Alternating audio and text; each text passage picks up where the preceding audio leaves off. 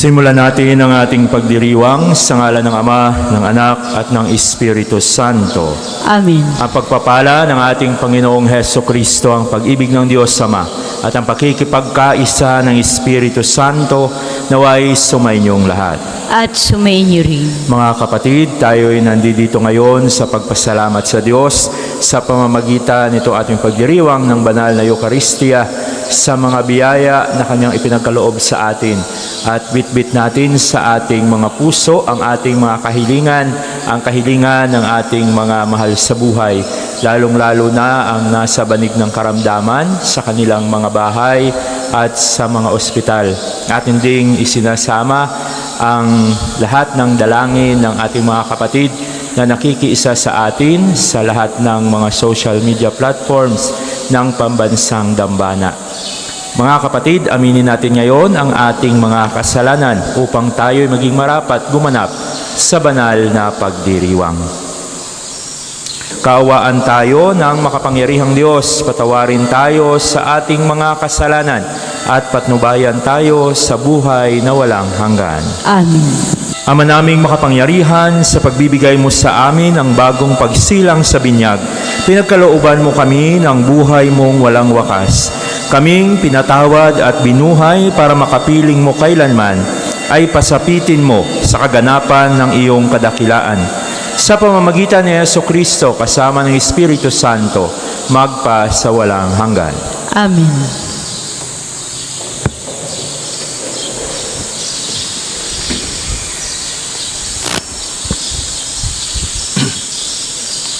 Pagbasa mula sa mga gawa ng mga apostol. Noong mga araw na yun, nagpunta si Pablo sa Derbe at Listra.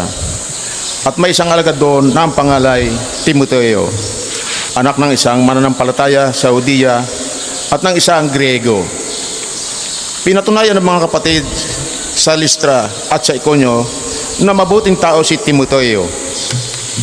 Ibig isama ni Pablo si Timoteo, kaya tinuli niya ito sapagkat alam ng lahat ng Hudyo sa lungsod na iyon na Griego ang kanyang ama. Sa bawat lungsod na kanilang dinalaw ay pinaalam nila sa mga kapatid ang pasya ng mga apostol at matatanda sa Jerusalem. At iniutos na sundin iyon. Kaya tumibay sa pananampalataya ang mga kaanib ng bawat simbahan at dumarami ang bilang ng mga alagad araw-araw. Naglakbay si Pablo sa lupain ng Phrygia at Galacia sapagkat sinasala sila ng Espiritu Santo na mangaral sa Asia. Pagdating sa hangganan ng Misia, ibig sana nilang pumasok sa Bitinya. Subalit, hindi sila pinahintulutan ng Espiritu ni Jesus. Kaya bumagtas sila ng Misia at nagtungo sa Troas. Kinagabihan, nagkaroon si Pablo ng isang pangitain. May isang lalaking taga Macedonia nakatayo at namamanhik sa kanya. Tumawid po kayo rito sa Macedonia at tulungan nyo kami. Pagkatapos ng pangitayang ito, gumaya kami agad sapagkat natanto naming kami tinatawag ng Diyos upang ipangaral sa Macedonia ang mabuting balita, ang salita ng Diyos. Salamat sa Diyos. Salmong tugunan. Purihin ng lahat ang Diyos, parangalan siyang malugod. Purihin ang lahat ng Diyos, parangalan siyang malugod. Umawit sa kagalakan ang lahat ng mga bansa. Panginooy papurihan, pagliguran siyang kusa, lumapit sa harap niya at umawit na may tuwa. Purihin ng lahat ang Diyos, parangalan siyang malugod. Ang Panginooy ating Diyos, ito'y dapat malaman. Tayo'y Kanya, Kanyang lahat, tayong lahat na nilalang. Lahat tayo'y bayan niya, kabilang sa Kanyang kawan. Purihin ng lahat ang Diyos, parangalan siyang malugod. Mabuti ang Panginoon, pag-ibig niya ay walang hanggan. Siya'y Diyos na mabuti, laging tapat kailanman. Purihin ng lahat ang Diyos, parangalan siyang malugod. Magsitayo po lahat. Sumainyo ang Panginoon. At sumainyo rin. Ang pagpapahayag ng mabuting balita ng Panginoon ayon kay San Juan. Papuri sa iyo, O Panginoon. Noong panahong iyon, sinabi ni Jesus sa kanyang mga alagad, "Kung napupuot sa inyo ang sanlibutan, dapat ninyong malamang napuot na ito sa akin bago sa inyo. Kung kayo nga'y sa sanlibutan, iibigin kayo nito bilang kanya. Ngunit yamang hindi kayo sa sanlibutan, kung di pinili ko kayo mula rito, ito'y napupuot sa inyo. Alalahanin ninyo ang sinabi ko sa inyo, walang aliping higit kaysa kanyang Panginoon. Kung ako'y inusig nila, uusigin din nila kayo. Kung tinupad nila ang aking salita, tutuparin din nila ang salita ninyo. Ngunit ang lahat ng ito'y gagawin nila sa inyo dahil sa akin, sapagkat hindi nila nakikilala ang nagsugo sa akin." Mga kapatid, ang mabuting balita ng Panginoon. Pinupuri ka namin, Panginoong Hesukristo. Isang mapagpalang umaga po sa inyong lahat. Sa mga kapatid natin na nakikiisa sa atin sa muli, mula Apari hanggang Tawi-Tawi. Ang amin pong pagbati ng isang magandang umaga sa inyong lahat. Ngayong araw pong ito, tayo ay nasa huling araw ng ikalimang linggo sa pagkabuhay ng ating Panginoon. Bukas tayo ay nasa ika-6 na linggo na. Malapit nang nating ipagdiwang o gunitain ang pagbaba ng banal na Espiritu Santo sa mga alagad ni Jesus, at ito ang hudyat ng pagiging universal ng ating simbahan, ng ating pananampalataya. Ang universality ng misyon na iniatas ng Panginoong Jesus sa kanyang mga alagad. At ang ating mga pagbasa ngayon ay, kung titingnan natin, salungat sa isa't isa, o ang tema ay hindi pareho o hindi magkatugma sa isa't isa. Mga kapatid, sa ating paglagi dito sa mundo, sa ating pag-iral dito sa mundo, marami ang ating mararanasan sa buhay na susubok at magpapatatag din sa ating pananampalataya sa ating Panginoon. At ang isa sa pinakamatindi na pagsubok sa ating buhay ay ang susubukin ang ating pananampalataya. Ang lahat ng nasa atin ay gustong kamtin ng iba sa atin. Ang lahat ng nasa atin ay kaiinggitan ng iba sa atin. Ang lahat ng nasa atin ay susubukang kunin, susubukang sirain ng mga taong nakapaligid sa atin. Sa loob ng ating mga tahanan mismo, hindi lahat ng mga magkakapatid, hindi lahat ng miyembro ng pamilya ay nagkakasundo. Kahit ang mga magkakapatid mismo ay nagkakainggitan, naghihilahan dahil sa atensyon ng kanilang mga magulang. Dahil gusto nila na sila ang maging apple of the eye ng kanilang mga magulang. Kasi kaakibat nito, kung tayo yung apple of the eye ng ating mga magulang, kaakibat nito ay meron tayong reward, meron tayong pribilehiyo. Ngunit, imbis sana na maghilahan pababa, imbis sana na mag-inggitan, ito sana ay magbigay ng kalakasan sa atin, ng sigasig sa atin na gumawa ng kabutihan. Kung gusto nating makamit ang gantimpala, huwag sana tayong maghilahan pababa. Huwag sana tayong mag-inggitan. Bagkus, magsumikap tayo na gumawa ng kabutihan. Ngunit, ang inggit ay talagang kasama na sa ating pag-iral dito sa mundo. Ngunit sino ba ang kinaiinggitan? Sino ba ang sinisiraan?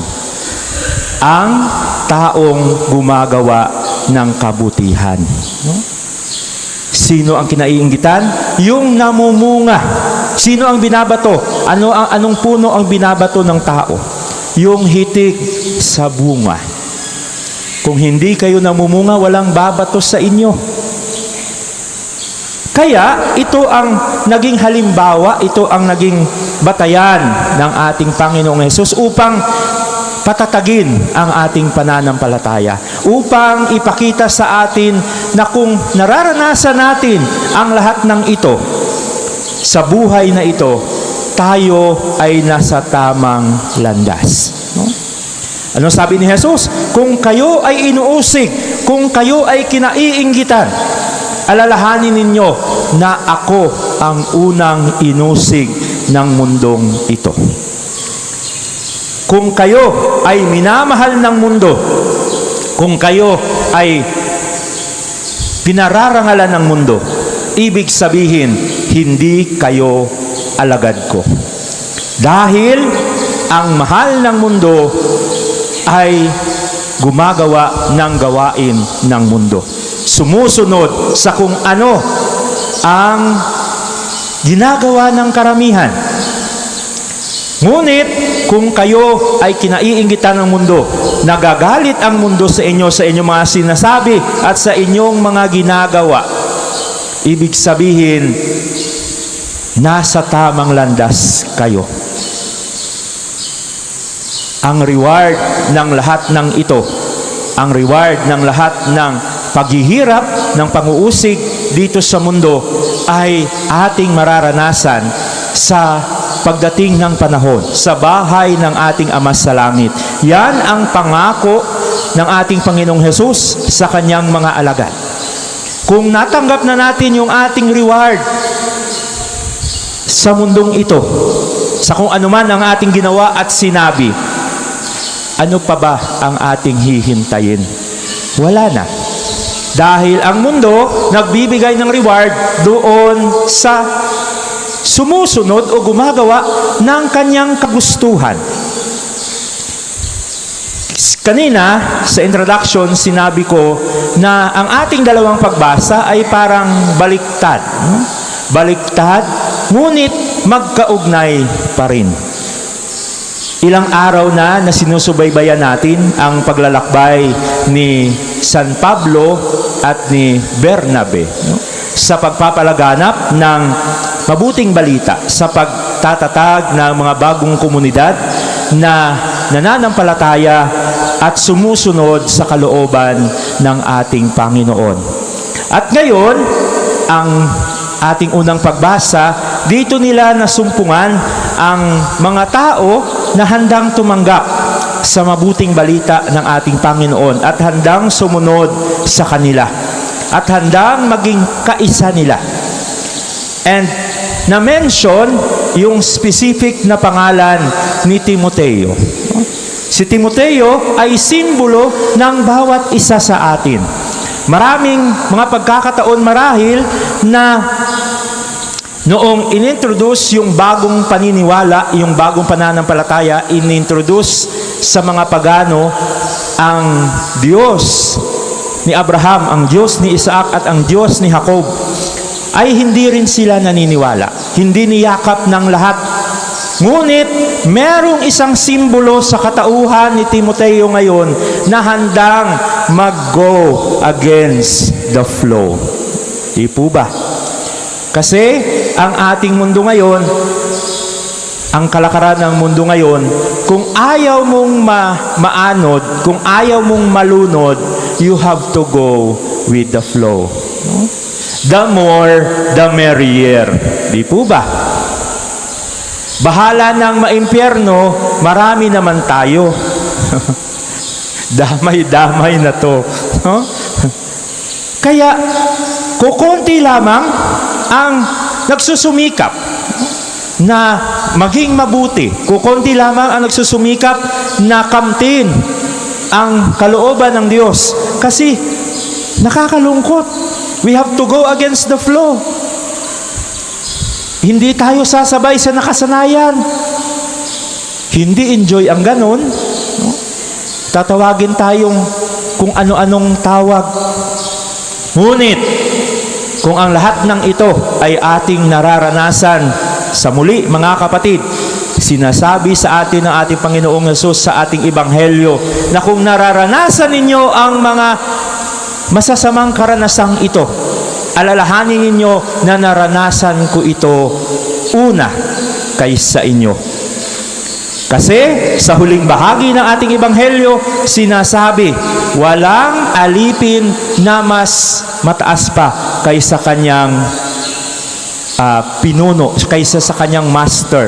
Kaya kung master natin ang Panginoon, kung tayo ay sumusunod sa hakbang ng ating Panginoon, at nakakaranas tayo ngayon ng mga pighati, ng mga pagsubok sa buhay, ito lamang ay paanyaya sa atin na patuloy nating isabuhay, patuloy nating buksan ang ating puso't isipan sa mga biyaya ng Diyos.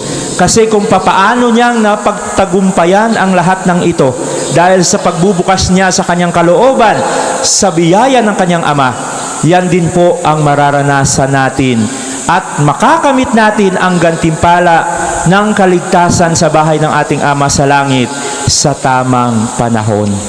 Mga kapatid, ito ang ating samot dalangin sa ating pagpapatuloy sa ating banal na pagdiriwang. Manalangin kayo mga kapatid upang paghahain natin ay kalugdan ng Diyos sa mga makapangyarihan sa lahat. Tanggapin nawa ng Panginoon itong paghahain sa iyong mga kamay, sa kapurihan niya at karangalan, sa ating kapakinabangan, at sa buong sambayanan niyang banal. Ama naming lumikha, tanggapin mo at kalugdan ang mga alay ng iyong angkan, upang sa tulong ng iyong paglingap at pagsubaybay, ang bigay mo sa aming puhunan ay hindi masayang, kung di tumubo pa ng mga kaloob mong walang katapusan. Sa pamamagitan ni Jesucristo kasama ng Espiritu Santo, magpa sa walang hanggan. Amen. Sumainyo ang Panginoon. At sumayin niyo rin. Itaas sa Diyos ang inyong puso at diwa. Tinaasa namin sa Panginoon. Pasalamatan natin ang Panginoong ating Diyos. Marapat na siya ay pasalamatan. Ama naming makapangyarihan, tunay ngang marapat na ikaw ay aming pasalamatan. Ngayong ipinagdiriwang ang paghahain ng Mesiyas, ang maamong tupa na tumubos sa aming lahat. Ang katawan ng anak mong sa krus na bayubay ay handog ng pag-ibig na walang kapantay. Ito ang paghahaing ganap mong kinalugdan. Ito ang nilunggati ng dating pag-aalay. Ang buong sarili ng anak mong si Jesus ay inihain sa iyo upang kami matubos. Siya ang dambana at paring naghahandog. Siya pa rin ang tupang handog na ibinukod. Kaya kaisa ng mga anghel nagsisiawit ng papuri sa iyo nang walang humpay sa kalangitan. Kami nagbubunyi sa iyong kadakilaan. Hindi po kayang lumuhod ay manatiling nakatayo ng may paggalang. Ama naming banal, ikaw ang bukal ng tanang kabanalan. Kaya sa pamamagitan ng iyong Espiritu, gawin mong banal ang mga kaloob na ito upang para sa amin ay maging katawan at dugo ng aming Panginoong Hesukristo. Bago niya pinagtiis ang kusang loob na maging handog, hinawakan niya ang tinapay, pinasalamatan kanya, iniabot sa kanyang mga alagad at sinabi, tanggapin ninyong lahat ito at kanin. Ito ang aking katawan na ihahandog para sa inyo.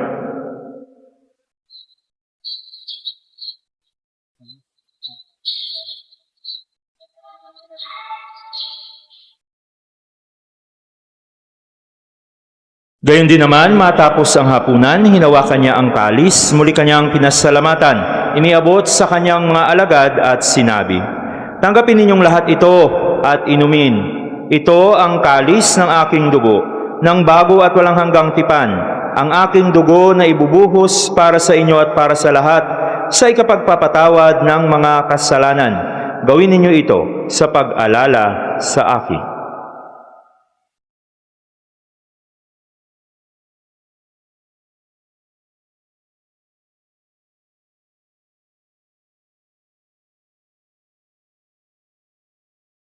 Ipagbunyi natin ang misteryo ng pananampalataya. Si Kristo'y namatay, si Kristo'y nabuhay, si Kristo'y babalik sa wakas ng panahon. Ama, ginagawa namin ngayon ang pag-alaala sa pagkamatay at muling pagkabuhay ng iyong anak. Kaya tiniaalay namin sa iyo ang tinapay na nagbibigay buhay at ang kalis na nagkakaloob ng kaligtasan. Kami nagpapasalamat dahil kami yung minarapat na tumayo sa harap mo para maglingkod sa iyo. Isinasamo namin kami magsasalo-salo sa katawan at dugo ni Kristo ay mabuklod sa pagkakaisa sa pamamagitan ng Espiritu Santo. Ama, lingapin mo ang iyong simbahang laganap sa buong daigdig. Puspusin mo kami sa pag-ibig. Kaisa ni Leon na aming Papa, ni Gilbert na aming Arsobispo, ng Tanang Kaparian, ng mga reliyoso, ng mga pinuno ng aming sambayanang Kristiyano, at kaming lahat na nagkakatipon dito. Alalahanin mo rin ang mga kapatid naming nahimlay nang may pag-asang sila'y muling mabubuhay. Gayon din ang lahat ng mga pumanaw. Kaawaan mo sila at patuloyin sa iyong kaliwanagan. Kaawaan at pagindapatin mo kaming lahat na makasalo sa iyong buhay na walang wakas. Kaisa ng mahal na Birheng Maria na ina ng Diyos, ni San Jose ang kanyang kalinis-linisang esposo, kaisa ng mga apostol, ni Santo Padre Pio at ng lahat ng mga banal na namuhay dito sa daigdig ng kalugod-lugod sa iyo. Maipagdiwang nawa namin ang pagpupuri sa ikararangal mo sa pamamagitan ng iyong anak na aming Panginoong Heso Kristo. Sa pamamagitan ni Kristo, kasama niya at sa Kanya, ang lahat ng parangal at papuri ay sa iyo, Diyos amang makapangyarihan, kasama ng Espiritu Santo, magpa sa walang hanggan. Amen. Amen. Amen.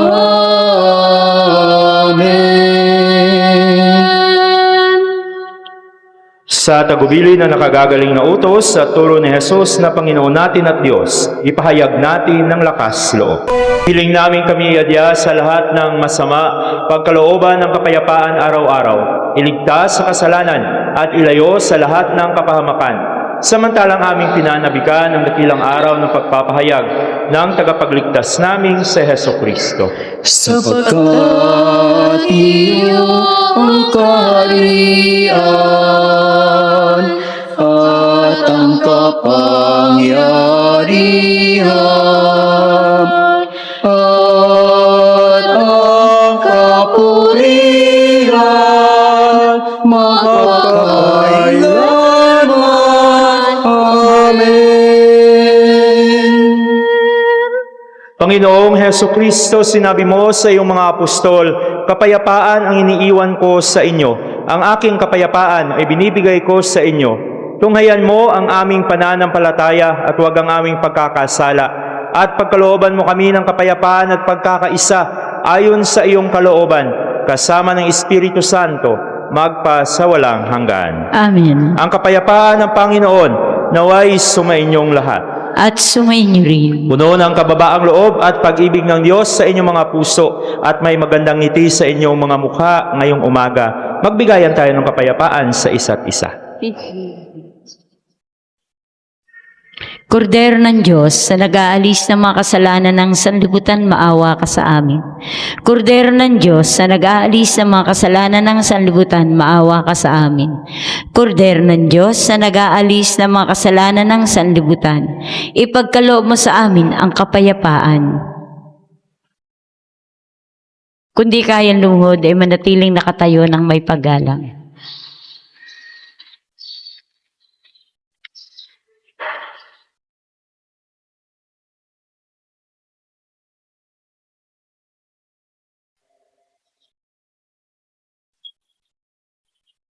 Mga kapatid, eto si Kristo ang kordero ng Diyos. Siya nag-aalis ng mga kasalanan ng sanlibutan. Mapalad ang mga inaanyayahan sa kanyang tiging. Panginoon, hindi ako karapat-dapat na magpatuloy sa iyo, ngunit sa isang salita mo lamang ay gagaling na ako. Manalangin tayo. Ama naming mapagmahal, ipagpatuloy mo ang iyong matapat na pagsubaybay sa iyong mga dinudulutan ng kaligtasan upang ang mga ipinagpakasakit na sagipin ng iyong anak ay makinabang sa pagkabuhay niyang nagbibigay galak. Sa pamamagitan niya, kasama ng Espiritu Santo, magpa sa walang hanggan. Amen. Sumainyo ang Panginoon. At sumainyo rin. At pagpalain kayo ng makapangyarihang Diyos, ang Ama, Anak at Espiritu Santo. Amen. Atin ang naipagdiwang ang banal na misa, humayo kayong taglay ang kapayapaan upang ang Panginoon ay mahalin at paglingkuran. Salamat sa Diyos.